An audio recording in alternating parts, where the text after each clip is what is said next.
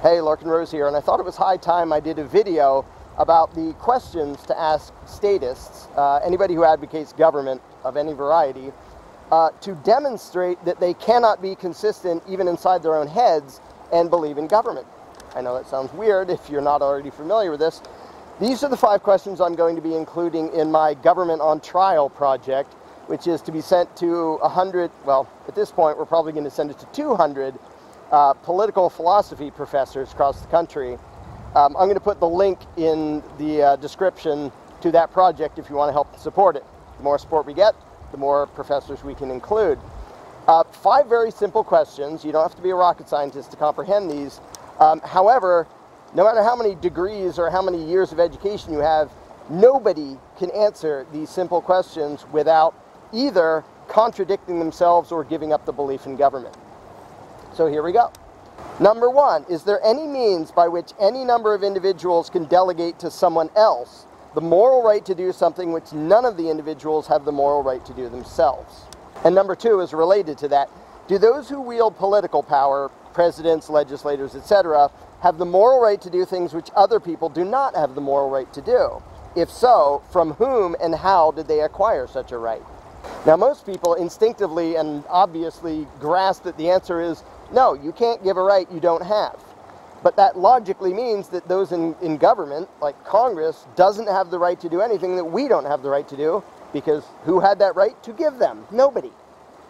And so this very simple question cannot be answered unless you acknowledge that government doesn't actually have any special authority, because we couldn't have given it to them. And yet all of political mythology rests on the assumption that that's possible, to give rights you don't have. Number 3, is there any process, such as constitutions, elections, or legislation, by which human beings can transform an immoral act into a moral act without changing the act itself? Again, a simple question, and most people instinctively say, no, you can't alter morality. You can't do some weird ritual and make bad into good. Well, if you can't, then there can't be such thing as political authority.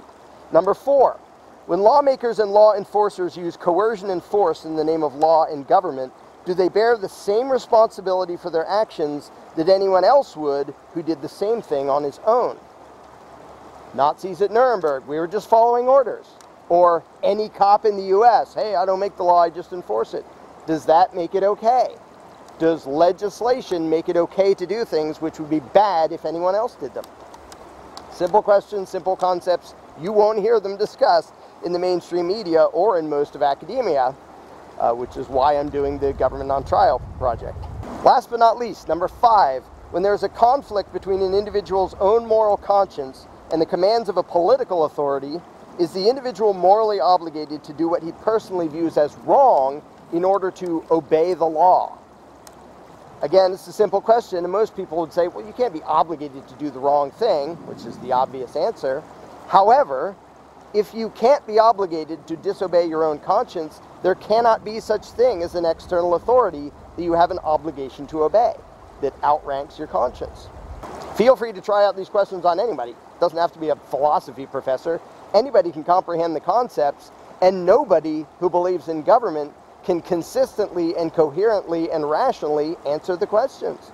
It's completely impossible. If anybody doubts that, I'm waiting to hear your answers. Go for it. Now, those familiar with what I do may recognize that basically this is just a question version of my disproofs of authority found in my book, The Most Dangerous Superstition, which you can get from Amazon.com or from my own website. But I challenge anyone, whatever fancy degrees you do or don't have, to answer these simple questions and be consistent and rational and still hang on to your belief in government, because it simply cannot be done.